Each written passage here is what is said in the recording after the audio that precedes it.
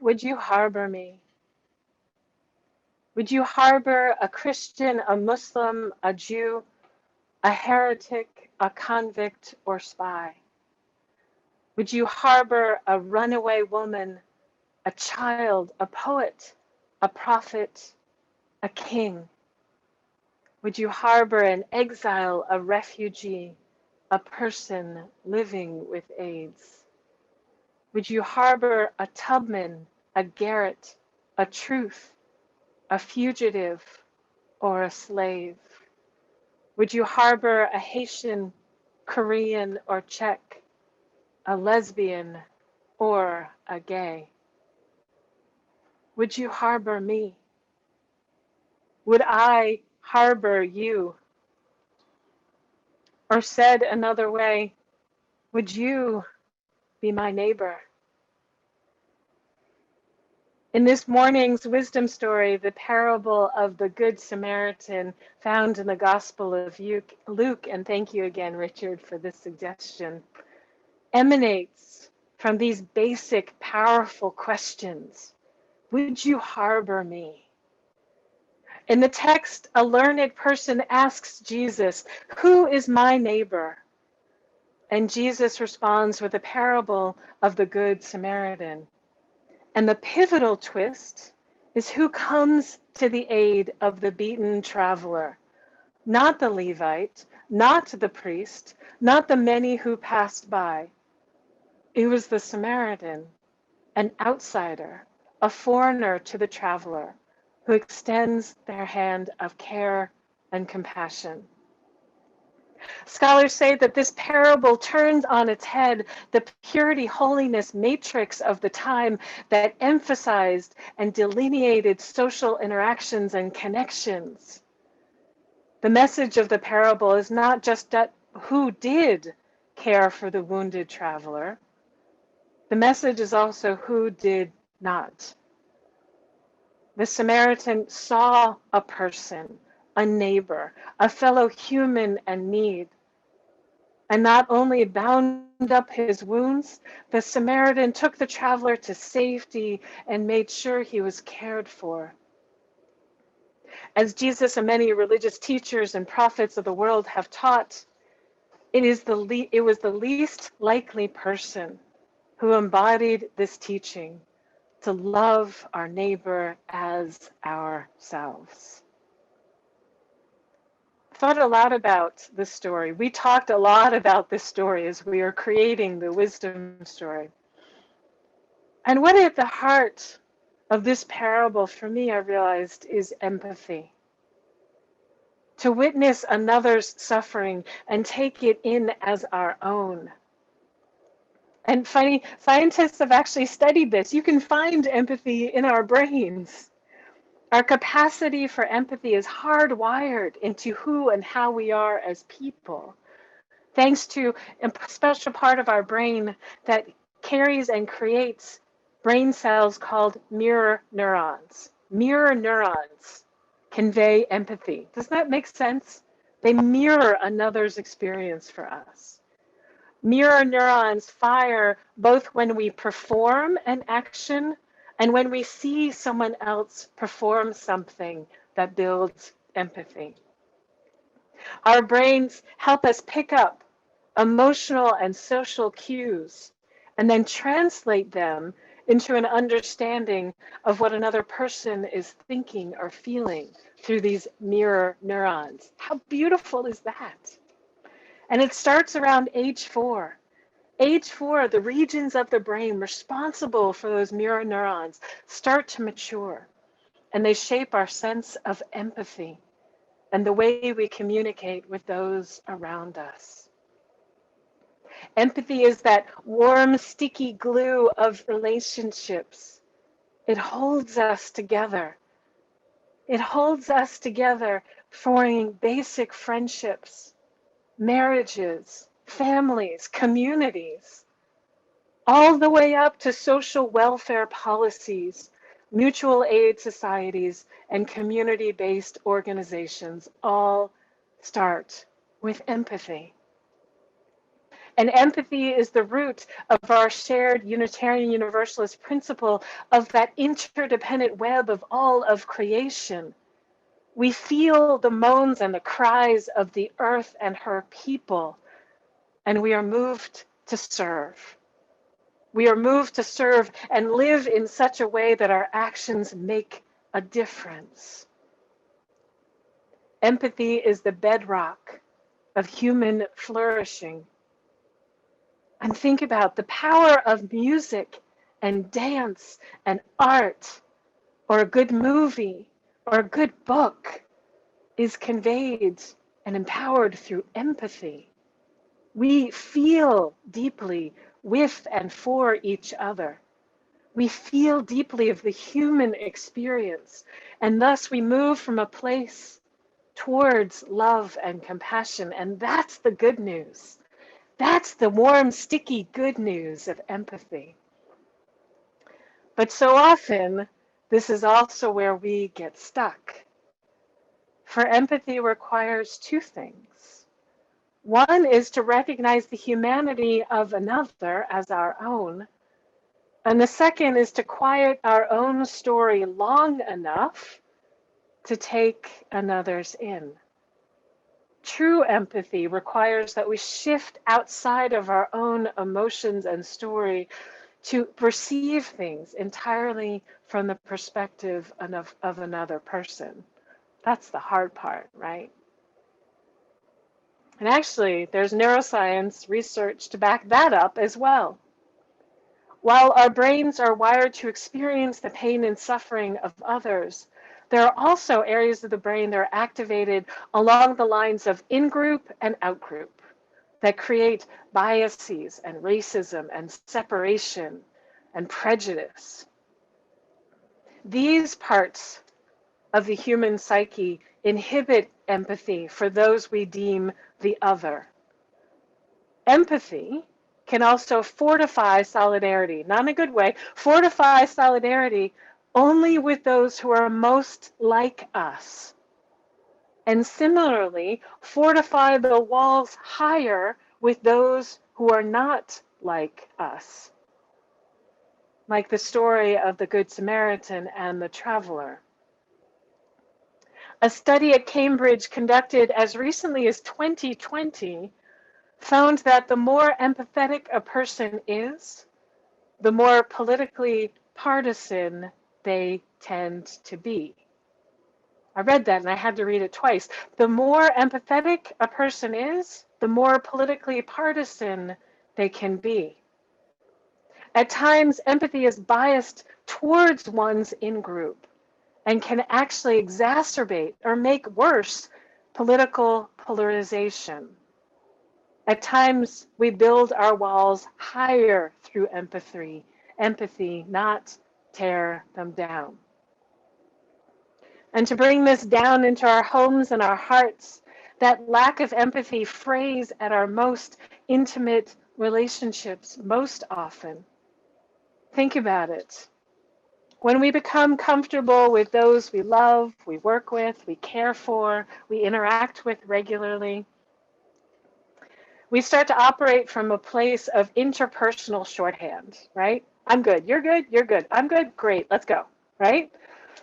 We settle into our routines and our basic assumptions about who we are to each other. We breeze through the day, we zip through the day to day, and often neglect to return to a place of connection. How are you is answered with, I'm fine. It may be difficult to empathize with those who are closest to us. Since we care about them, we so often try to help, try to get them to feel better. And in doing so, we minimize their feelings because we know they are difficult. We respond with, well, it could be worse, or I think you should, or why did you let this happen to you? Imagine if the Samaritan had said any of these things to the wounded traveler. Not helpful, right? The priest and theologian Henry Nouwen wrote, "When we honestly ask ourselves, which person in our lives means the most to us, we often find it is those who, instead of giving advice and solutions or cures, have chosen rather to share our pain and to touch our wounds with a warm and tender hand. The friend who can be silent with us in a moment of despair or confusion, who can stay with us in an hour of grief and bereavement, who can tolerate not knowing, not curing, not healing, and face with us the reality of our own powerlessness. That is a friend who cares." I love that. Those who share our pain and touch our wounds with a warm and tender hand. It's the not knowing, the not curing, the not healing. That is a friend who cares. And at the heart of this is our spiritual theme for the month of story, receiving another story. And story lends itself to so many transformative spiritual practices. Giving and receiving stories expand our compassion. Remember that story about empathy building walls higher against those who are not like us? Scientists and researchers have also found that listening and learning about other people's stories and experiences expands our compassion and empathy. It is a spiritual practice to quiet our insights and good suggestions sometimes and just listen. It's a spiritual practice to quiet our helpful kiddiness and just listen. To climb down into the hole of someone else's despair or just sit with them during a time of trouble. To stay present and curious and open to their life experience, or even just more simply, to stay curious about their feelings. And that is so hard. So hard when we get stuck in our story. And it's so loud, too loud, to be curious about another person's experience. Without empathy, we could live and work side by side with other people and remain in our little silos, remain as clueless about their inner selves and feelings as we are about those strangers on a crowded subway car. Empathy isn't just the engine for closeness and pro-social behavior. It also puts on the brakes when we are behaving poorly and become aware of the pain that we're causing. So comes the spiritual practice of returning to honoring story as a part of our interconnection and our interdependence of all people and creation. Empathy creates ripples of good, like Cindy sang, the ripples of good that boost our own ability to love and care. Hearing stories of empathy create ripples of good and expand our compassion. And I found a collection of really short stories that speak to this. A meditation teacher invited their students to share a brief, meaningful story. And they were so breathtaking. And if you'll indulge me, I'd like to share 6 juicy little stories. Today, I interviewed my grandmother for part of a research paper I'm working on for a psychology class. When I asked her to define success in her own words, she said, "Success is when you look back at your life and the memories make you smile." Today, after my 72-hour shift at a fire station, A woman ran up to me at the grocery store and gave me a huge hug. When I tensed up, she realized I didn't recognize her. She let go, and with tears of joy in her eyes and the most broad, sincere smile, she said, on 9/11 in 2001, you carried me out of the World Trade Center. Today, as my father, 3 brothers, and 2 sisters stood around my mother's hospital bed, my mother uttered her last coherent words before she died. She simply said, I feel so loved right now. We should have gotten together like this more often. Today, in the cutest voice, my 8-year-old daughter asked me to start recycling. I chuckled and asked, why? And she replied, so you can help me save the planet. I chuckled again and asked, and why do you want to save the planet? And she said, because that's where I keep all my stuff.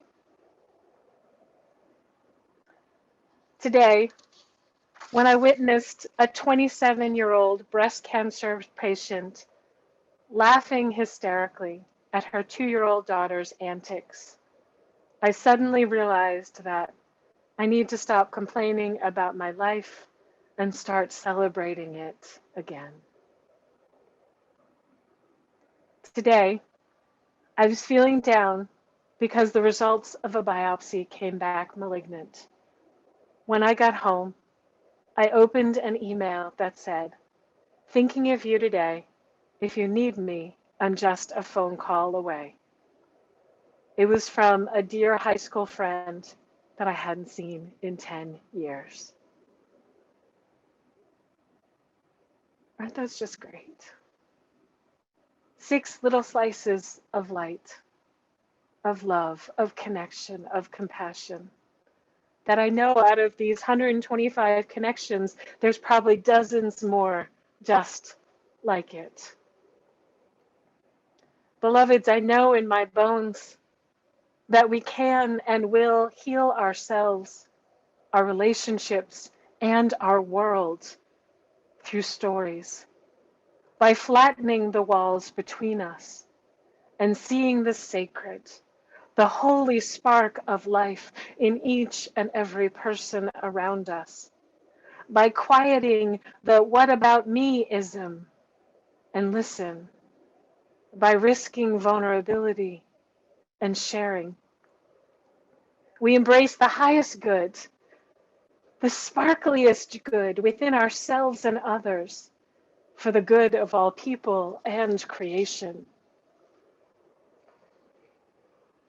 I'll close with these wise words from Thich Nhat Hanh. We have to understand in order to be of help. We all have pain, but we tend to suppress it because we don't want it coming up to our living room. The most important thing is that we need to be understood. We need someone to be able to listen to us and to understand us. Then we will suffer less. But everyone is suffering and no one wants to listen. So listening is a very deep practice. We have to empty ourselves. We have to leave space in order to listen, especially to people we think who are our enemies, the ones we believe are making our situation worse. When we show our capacity for listening and understanding, others will begin to listen to us. And we have a chance to tell them of our pain. And it's their turn to be healed, and our turn to be healed. This is the practice of peace. Or perhaps better said, so let's make the most of this beautiful day. Since we're together, we might as well say, would you be mine? Could you be mine? Won't you be my neighbor? Won't you please? Won't you please? Please, won't you be my neighbor? Amen and blessed be.